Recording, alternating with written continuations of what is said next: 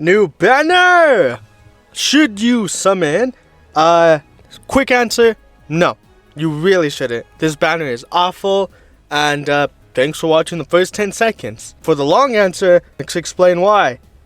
Turles himself. Now, Turles is quite literally a mid-unit, you know? He could go in and beat every single red zone right now, but he's gonna struggle a lot more than Physical God Goku, Tech Goku, and Piccolo Jr. He's just not on the level of those big boys, you know?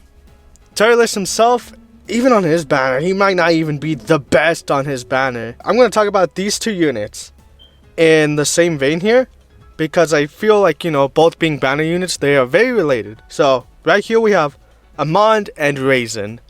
Very good unit.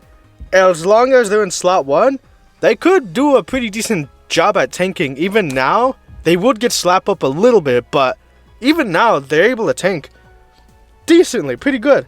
So, a lot of the time, as long as you can fit them in a team, they'll be like your third or fourth option. Very good. Unfortunately, the same cannot be said for Diaz and Cacao. They're most likely to be a sixth option. You know, you're running an event, your floaters keep getting killed, you just need someone who's going to be there and not die, then yeah, this unit is going to be great for that. Other than that though, there really is no use to this unit. They don't support, obviously they don't do big damage, and they really don't have the best links in the world. I mean, a lot of these villain units want big bad bosses, especially now, but unfortunately, a lot of those characters suck. Dokkan, better villains, please. Next up here, we have Yamcha. Now, Yamcha actually might be just the best unit on this banner. Literally, he might just be the best. With how hard these bosses are starting to hit, they're starting to pierce through guard now. You watch Vegeta and Trunks, freaking AGL Goku, and they get slapped up so hard in the early beginnings of these new fights. Yamcha, however, he can just dodge. He could just dodge. Now, if he does get hit, he's getting hit. He's getting hit. It is no joke, mind you. However, again, he's dodging. And he does lead one of the best teams in the game's Earthbred Fighters. If you have the Tech World Tournament Goku, you don't really need this guy. However, this is probably the best unit on this banner.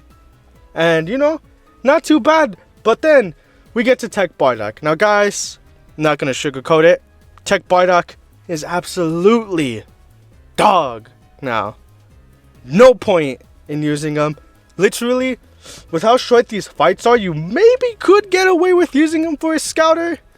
If, like, he only shows up for 2 turns, and in those 2 turns, he only has, like, 1 attack aimed at him. If there's 3 attacks aimed at him on his first appearance, you might as well just throw your hands up and say GG. There is no point in continuing that. He gets hit way too hard now. Even for his scouter, it's just not worth it. And here we have AGL Turles. Need I say more? He's just too old now. He was part of the units that Easy Aid, where even back then they were like ass or they were god.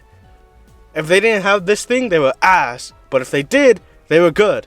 Then characters like AGL Evolution Blue Vegeta, Namek Goku, characters like that. But it's been too long since then. He's just, again, dog now. And the last unit we got here is Bojack. Now, Bojack could, you know, in the future get an Easy A. But we're talking about a year from now, he'll get an Easy A. I just don't see it coming anytime soon. Overall, banner, not very good. I don't recommend summoning. I mean, this is the only times Global Foresight is super good, as we knew this guy was coming right after anniversary. Well, he should have been, and obviously he is now, after the worldwide download celebration. So you could have just blown all your stones through that. Obviously you can't now. That being said, guys, see you all in the next one. Peace.